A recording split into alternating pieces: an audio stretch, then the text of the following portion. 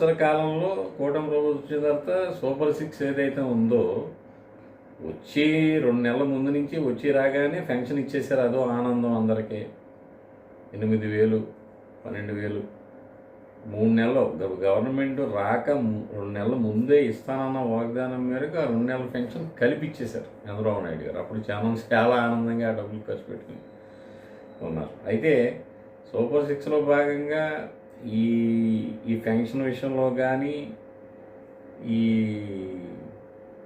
సంక్షేమ పథకాలు, మౌలిక వసతులు కానీ ఏదైనా అటు అభివృద్ధిని ఇటు సంక్షేమాన్ని జోడెద్దుల బండిగా డబుల్ ఇంజిన్ సర్కారు ఆధ్వర్యంలో ముందుకు నడిపిస్తున్నారు. ఇబ్బంది ఏమీ లేదు, చాలా బాగుంది. ఈరోజు చూసింది ఏంటంటే అసలు కంప్లైంట్ కానీ ఎవరన్నా నాకు 2 పిల్లలకి అమ్మ దీవెన, తల్లికి వందనం, 2 ముగ్గురున్నా చంద్రబాబు నాయుడు గారు ఏదైతే వాగ్దానం చేశారో 2 పిల్లలు 3 పిల్లలు ఉన్న తల్లికి వందనం బ్రహ్మాండంగా ఎవ్వరికీ మిస్ అవ్వకుండా అందినాయండి.